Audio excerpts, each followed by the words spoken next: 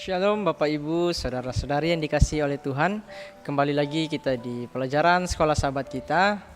Dan sebelum kita akan mulai, mari kita berdoa terlebih dahulu. Kita bersatu dalam doa. Bapa kami di surga, terima kasih untuk penyertaan-Mu pada saat ini. Kami siap untuk belajar akan sedikit firman-Mu dari pelajaran Sekolah Sahabat kami. Kiranya Engkau memberkati kami dengan Roh Kudus-Mu, sehingga kami boleh mengerti apa yang dimaksud oleh pelajaran Sekolah Sahabat kami. Terima kasih, dalam nama Tuhan Yesus kami sudah berdoa. Amin. Baik Bapak Ibu, Saudara-saudari yang dikasihi oleh Tuhan, kita telah memasuki di pelajaran kita yang terakhir ya, di pelajaran yang ke-13 dengan judul besar Gambaran tentang Kesudahan. Namun di sini saya akan membahas di pelajaran kita di hari Minggu dengan judulnya Nabi yang Enggan. Kalau kita berbicara tentang Nabi yang enggan, pasti kita semua sudah tahu ya siapakah itu, ya. Dan di sini kita akan melihat bagaimana pelajaran atau kisah dari Nabi Yunus, ya. Kisah Yunus kita bisa lihat di dalam Yunus 1 ayat yang pasal yang pertama sampai dengan yang keempat.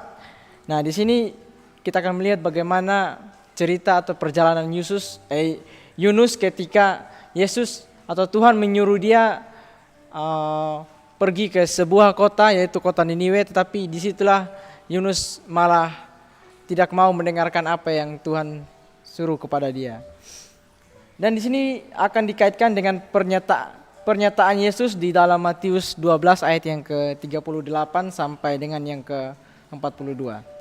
Yunus dikenal sebagai nabi yang enggan menjalankan perintah Tuhan untuk memberitakan pertobatan kepada bangsa Niniwe, sebuah bangsa asing dan kejam. Ia melarikan diri, tepat akhirnya dipakai Tuhan untuk menyampaikan pesan yang membawa pertobatan besar. Ya, jadi kalau kita melihat dari kisah Yunus ini, dia adalah seorang nabi yang enggan ya. Bagaimana pada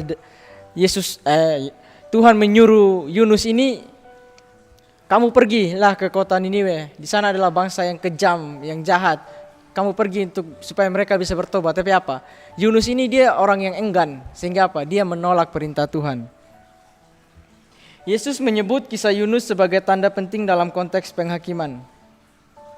Meskipun orang-orang Niniwe bertobat setelah mendengar khotbah Yunus, generasi pada zaman Yesus justru menolak dia, padahal dia jauh lebih besar daripada Yunus. Ya, tetapi kalau kita melihat sejarah ya, di mana bangsa Niniwe ini mereka sudah ditobatkan oleh Yunus. Tetapi apa? Ketika pada zaman Yesus, mereka malah menolak Yesus. Padahal Yesus inilah yang pada awalnya Yunus menceritakan kepada mereka, Yunus menjelaskan supaya mereka bertobat.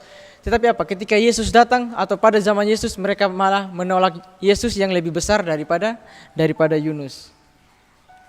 Hal ini menunjukkan bahwa penolakan terhadap kebenaran akan mendatangkan penghakiman yang lebih besar. Yunus sendiri mewakili banyak dari kita yang merasa takut, tidak siap atau bahkan tidak mau terlibat dalam panggilan pelayanan Tuhan.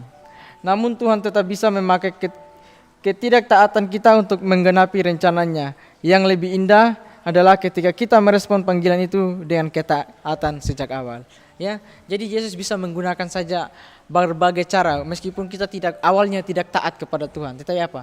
Yesus bisa menggunakan ketidaktaatan kita itu menjadi apa? Bisa berguna untuk orang lain. Sama seperti Nabi Yunus ini. Awalnya apa? Dia menolak. Tuhan menyuruh dia pergi ke sini, tapi apa? Tuhan memberi dia arahan atau memberi dia pandangan. Oh ya, seperti ini. Nah, ketika dia melanggar apa yang Tuhan suruh kepada dia, akhirnya apa? Dia mendapatkan konsekuensi. Sama seperti kita, ketika Tuhan menegur kita atau Tuhan menyuruh kita supaya kita melakukan ini, tapi kita menolak panggilan Tuhan, apa yang terjadi? Ya, itu dia. Kembali lagi kepada diri kita sendiri. Kita yang akan menanggung akibatnya. Nah, yang menjadi aplikasi bagi kita yaitu kenali Yunus dalam diri kita sendiri. Apakah saya sedang lari dari tanggung jawab rohani? Apakah saya enggan bersaksi karena takut ditolak?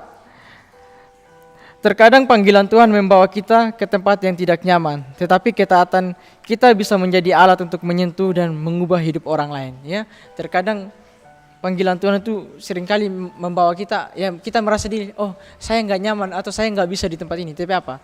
Inilah Tuhan mau bentuk kita melalui ini.